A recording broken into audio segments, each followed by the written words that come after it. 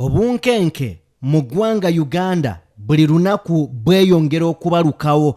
Olunaku olwaleero waliwo omujaasi oba omusirikale wa SFC asangiddwa ng'Atiidwa nga yenna abunye enkwagulo.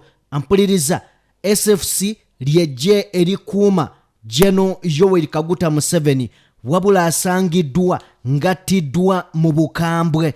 Mu ngeri y'emu poliisi emaze okuba ng'ekakasa era omulambo gutwaliddwa mu ggwanika wali e Mulago. Ebyo n'ebisingakaawo bye ŋŋenda okuba nga nkutuusaako. Eggwanga nga lisemberera okuba nga Oweekitiibwa Robert Kyagulanyi Ssentamu akomawo mu ggwanga ng'ennaku z'omwezi 5 obunkenke bweyongera okuba nga bulabikako, wabula ng'enkolagana y'ab'ebyokwerinda ne bannansi erabika nga tebalimira ddala kambugu. Ab'ebyokwerinda beewera, bannansi bagamba ffe tujja kubeera ng'oboolyawo tunona omuntu waffe omwagalwa w'abangi. Ampuliriza, munzikirize nsooke mbabuuzeeko ate tugende mu nsonga ssemasonga eri omusirikale wa UPDF Atiidwa mu Bukambwe olunaku olwaleero, era nga bakyagenda mu maaso n'okuba nga banoonyereza ani ayinza okuba ng'akoze oba baani abayinza okuba nga bakoze ekikolwa ekyettima bwe kityo. Mbaanirizaako mikwano gyange mwenna gye musinziira okuba nga mutugoberera, mwebale nnyo, mwebalire ddala okuba nga mufisa akadde ne mujja ne mugoberera omukutu gwaffe ogwa DPTV Uganda. Yenze Sajjime of course abeerawo okuba nga mbatuusaako ebintu eby'enjawulo. Njagala kubajjukiza titutambula ne Sheikh Ashraf omusomi wa dduwa. Munoonyeeko gwe ayina ebizibu eby'enjawulo. Ye Sheikh Ashraf omusomi w'edduwa gwe atalina bizibu tokuba ssimu, naye ate alina ebizibu dduka misinde osobole okubeera nga mukwano gwange oyambibwa mu ngeri emu oba endala. Njagala kubeera nga nkutwala butereevu nnyo oba oliawo mu mawulire agagenda maaso n'okuba nga gatiisiza ab'ebyokwerinda bwe bavudde ne bagamba nti abantu bannansi bwe baba nga batandise okukola ebikolwa ebifaanana bwe biti, kino kiba kyeraliikiriza kubanga obukuumi obusooka bubeera bw'abannansi ng'amagye tegannaba kubeerawo, wabula obukuumi obusooka bubeera bw'abannansi. Ekyo kikubirizibwa ebbanga lyonna era bakisomesa n'abantu ne ku byalo nti obukuumi obusooka bubeera bw'abantu, nti omuntu asobola okweka omulabe awantu wonna. Naye abantu mu Uganda tebakyesiga poliisi, tebakyesiga magye olw'ensonga nti nabo babakolako ebikolwa oboolyawo ebitali bya ddembe. Nga tugenda mu maaso n'okuba nga tugenda ku nsonga y'omusirikale wa SFC ono w'eggye erikuuma Gen.M7 yattiddwa mu Bukambwe. Njagala tusooke tubeeko akatambi ke tulaba katono nnyo. Bwe tuva mu katambi kano mukwano gwange ate oboolyawo tube nga tweyongerayo tumanye ebisinzeeko wano. Mukwano gwange wa video yaffe like mu ngeri y'emu, genda maaso n'okubeera nga ate osubscribinga katuve mu katambi kano then tugende mu maaso. Yeah. We are here. We are the expendables, the untouchables, the impatient. We fight to kill and to destroy. We are Team MK forever. Okay, akeeka akatambi.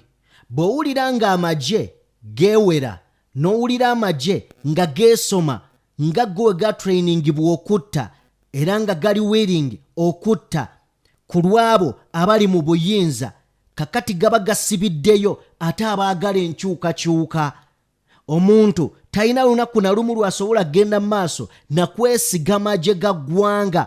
Actually gano amagye si ga ggwanga, ga mwami Museveni ne banne, naye omuntu munnansi yandibadde nga yeesiga amagye ng'agamba gano gatukuuma gatuyisa bulungi. Ne bw'omala owulira statement efaanana bw'etyo, n'abamu ku basajja wadde yafa abavaayo ne bagenda mu maaso n'okuba nga bagamba nti police has a right to shoot you and kill you, owulira nga bannansi bagenda kuggwamu kiri ekisa.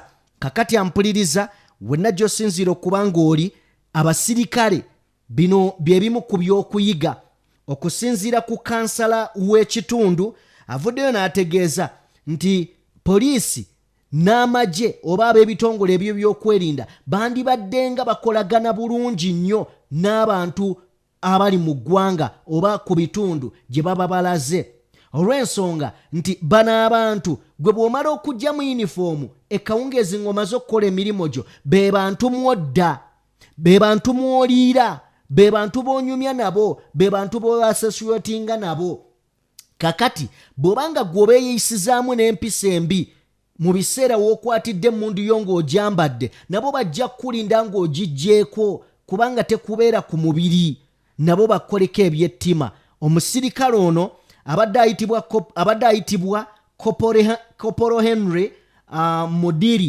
Kopolo Henry Mudiri yattiddwa era asangiddwa wabadde nga waliwo omusaayi mu ngeri y'emu nga kiraga nti baamuwaludde n'omuwalula omutuusa we baamutadde era nga kigambibwa nti yalabiddwako mu kabaala akamu ng'ali mu kunywamu n'abantu kakati poliisi wano ekuttewo omuwala omu n'ekolera jange ogenda ogiyambako kubanga anoonyereza oba nga banoonyereza bazuule kiki ekyaviiriddeko omusirikale ono okuttibwa era entabwe yavudde ku ki naye nga kino kyonna kiddayo nti abasirikale mweyise bulungi kubanga mu sosiyete mwe mubeera mu kiseera ng'oyambadde emmundu oyinza okulowooza nti oli muntu mulala ne bw'omala okuggyako emmundu n'ogissa ebbali oba ofuuse munnaffe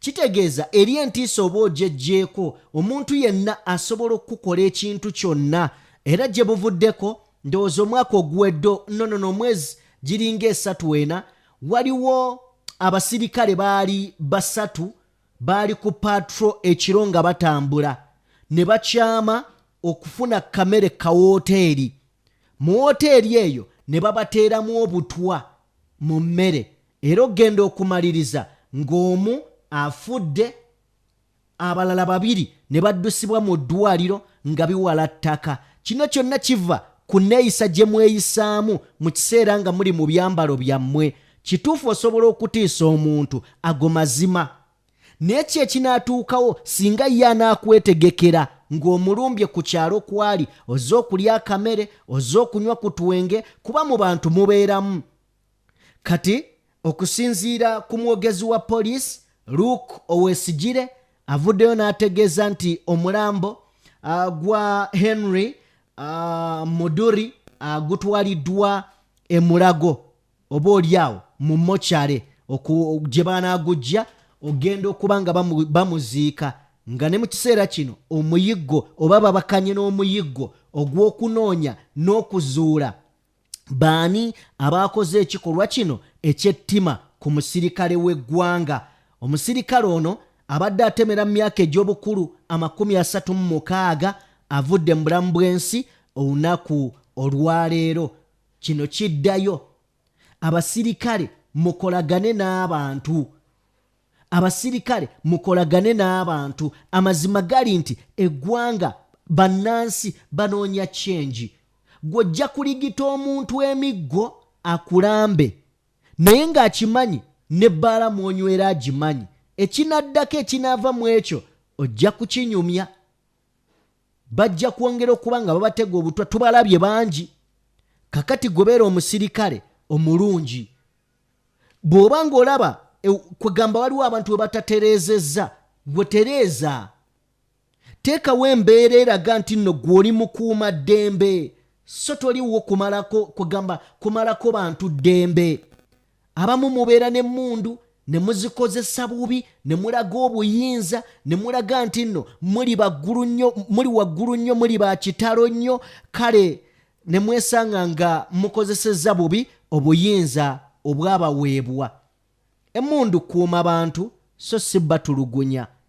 kale nno omwoyo gw'omugenzi mukama agulamuze kisa naye nga bwe nkutegeezezza nti abantu balina obusungu abantu banyiivu mwe mujja kubeera eyo mubagalire emmundu zammwe mulowooze nti nno muli baakabi nnyo muli b'amaanyi bagamba ekiyita waggulu otega wansi ojja kubeera n'emmundu yo ekiro bakusange mu kabaala ng'oli mu kunywamu wagitadde eri bakwefuulire bakole bye bakoze.